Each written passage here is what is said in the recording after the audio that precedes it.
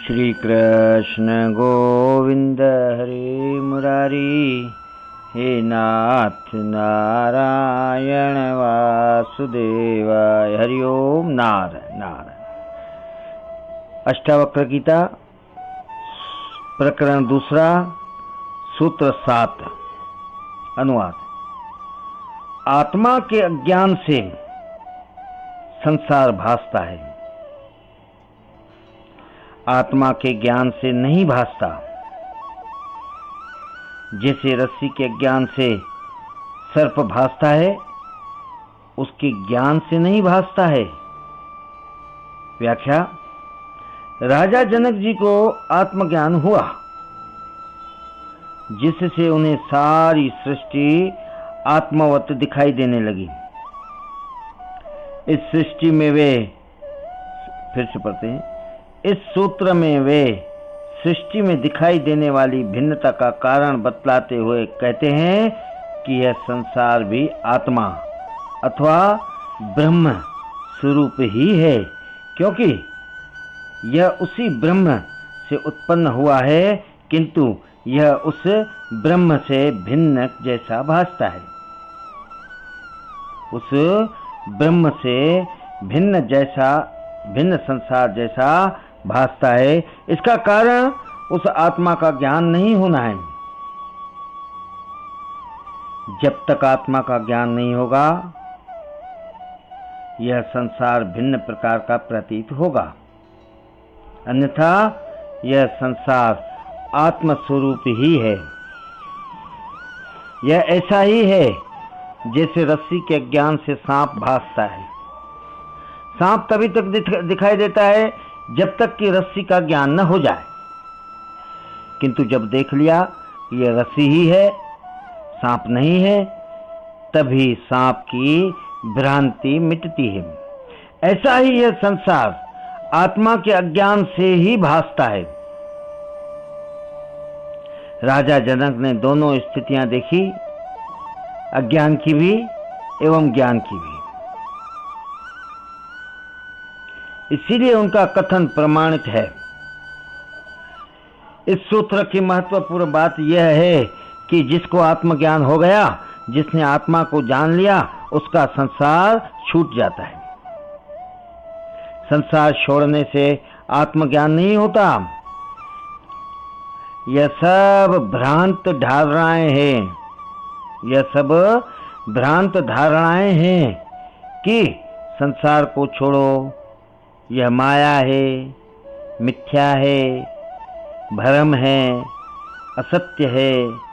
इसी प्रकार क्रोध, लोभ, मोह, वासना, आसक्ति छोड़ो तो परमात्मा मिलेगा। यह भी भ्रांत धारणाएं ही है। ये सब कथन ज्ञानी के अनुभव से आए हैं। अज्ञानी यदि उन्हें मानकर वैसा ही कर्म करेगा तो इससे भी उसका अहंकार बढ़ेगा, जिससे पतन ही होगा। संसार, लोभ, मोह, क्रोध आदि छोड़ने की अपेक्षा यदि उसकी वास्तविकता को अनुभव जन्य बनाया जाए तो लाभ हो सकता है, अन्यथा नहीं। संसार में रहकर यदि उसका अनुभव प्राप्त हो जाए तो वह अपने आप छूट जाएगा, छोड़ना नहीं पड़ेगा। यह संसार अनुभव प्राप्त करने की एक पाठशाला है।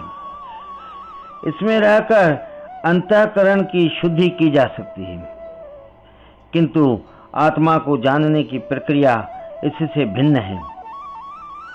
रस्सी को सांप समझकर यदि भाग गए तो भ्रम दूर नहीं होगा। वह भ्रम तो प्रत्यक्ष दर्शन से ही दूर होगा। इसीलिए जनक जी कहते हैं कि आत्मा के अज्ञान से ही संसार भासता है, वह उसके ज्ञान से नहीं भासता है। दोनों में से एक को ही देख सकते हो, आत्मा को या संसार को।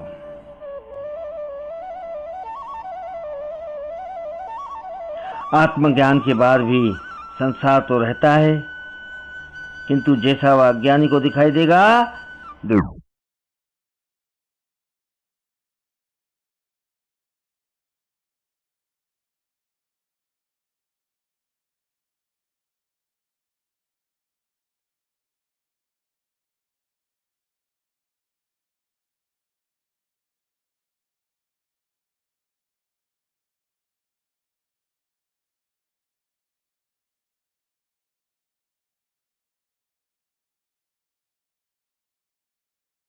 है वैसा ज्ञानी को नहीं।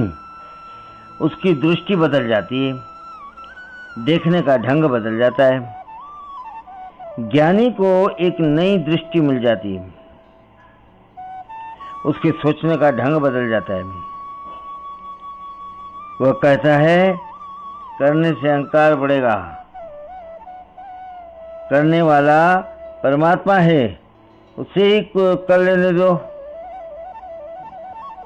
तुम कर्ता भाव छोड़ दो, जो हो रहा है स्वाभाविक रूप से उसे हो जाने दो।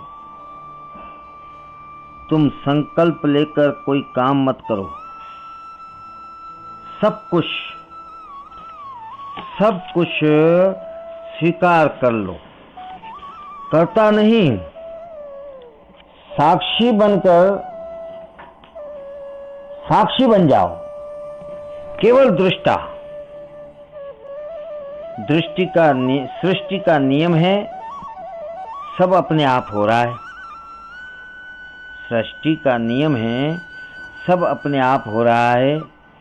साक्षी का अर्थ अकर्मण्य होना नहीं है, बल्कि अपने को कर्तापना से मुक्त करना है। सभी कुछ ईश्वर का है, वही कर रहा है। उसे रोकना भी ईश्वर के कार्य में बाधा डालना है। ऐसी दृष्टि से ही योगी शांत हो जाता है। साधक के लिए यह पात्रता बनती है। ऐसी दृष्टि से ही योगी शांत हो जाता है, साधक के लिए यह पात्रता बनती है। श्री कृष्ण गोविंद हरे मुरारी, हे नाथ नारायण वासुदेवा, हरि ओम नारायण।